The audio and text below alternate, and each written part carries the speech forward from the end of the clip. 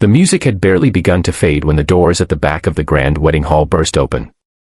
Every head turned, every smile froze, and for a moment the air itself seemed to stop moving.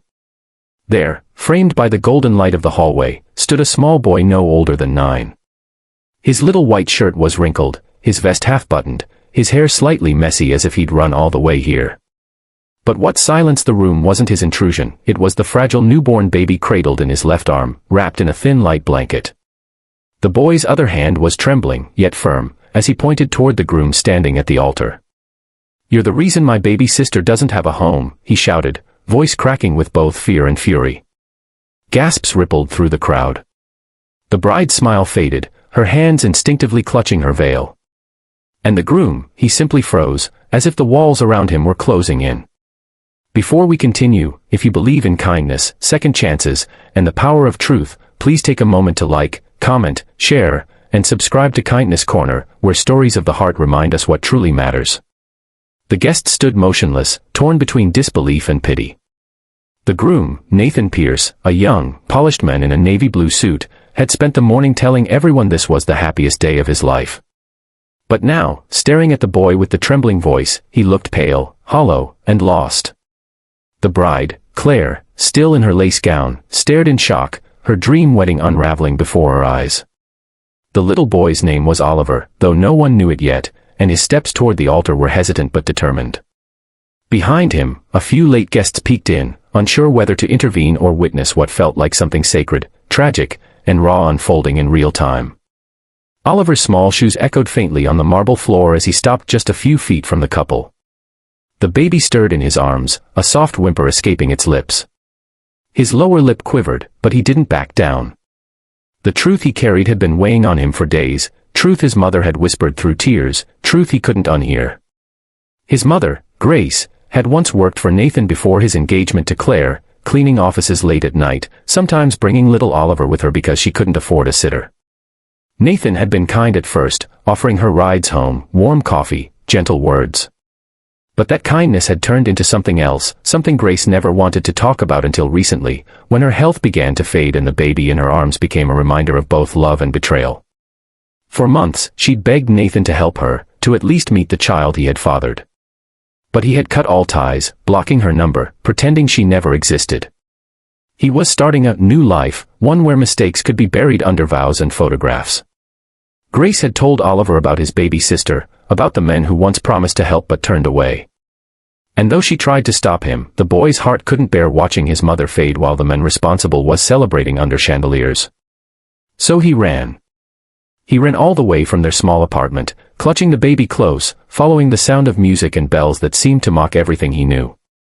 When Oliver spoke again, his voice cracked with emotion. "My mom's in the hospital," he said softly, eyes glistening. "She told me to tell you she forgives you, even if you don't love us." The silence that followed was unbearable. Guests shifted, some covering their mouths, others whispering prayers. Claire's face turned pale, she looked from the boy to her fiancé, searching for denial, for explanation, but Nathan said nothing. His hands trembled at his sides, his jaw clenched. Tears brimmed in his eyes as if the walls he'd built were collapsing in front of everyone. Slowly, he took a step forward. The crowd parted, and even the music had long since died.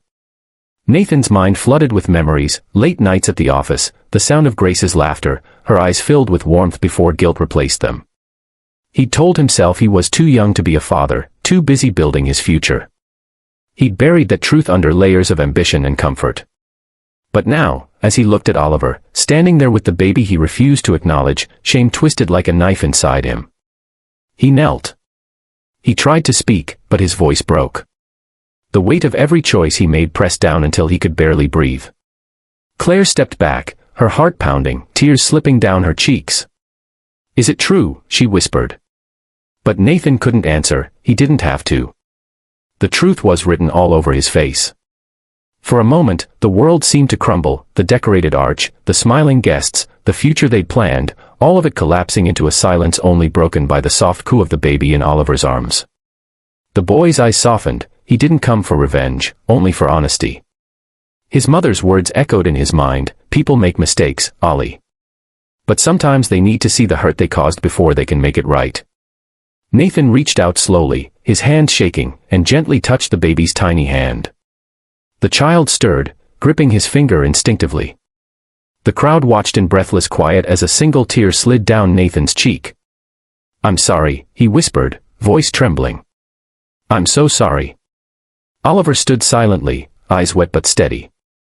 For the first time, the anger in his little chest began to ease. He didn't know if this man could ever make things right, but seeing his regret meant the truth had finally broken through. Nathan turned toward Claire, his heart heavy with shame. He expected her to leave, to run, to never look back. But instead, she looked at Oliver, then at the baby, and took a deep, trembling breath. "Bring your mother home," she said quietly. "We'll help her." Her words weren't loud, but they rippled through every heart in the room like a prayer. The audience stood still, moved not by scandal, but by forgiveness. Nathan nodded, tears streaming freely now, as the guests lowered their heads in silent awe. The boy didn't smile, but there was peace in his eyes, the kind that comes when truth finally finds light. If this story touched your heart, please take a moment to like, share, and subscribe to Kindness Corner, where true compassion and courage still matter. Before the end, please comment below, would you forgive someone who hurt you if they truly regretted it? As the music resumed softly and the guests began to disperse, Nathan walked with Oliver down the aisle, not toward a perfect future, but toward redemption. In his arms, the baby stirred again, safe for the first time in a long while. And in that quiet moment, surrounded by broken vows and mended hearts, a man who once ran from love finally found it waiting, in the hands of a child who refused to give up.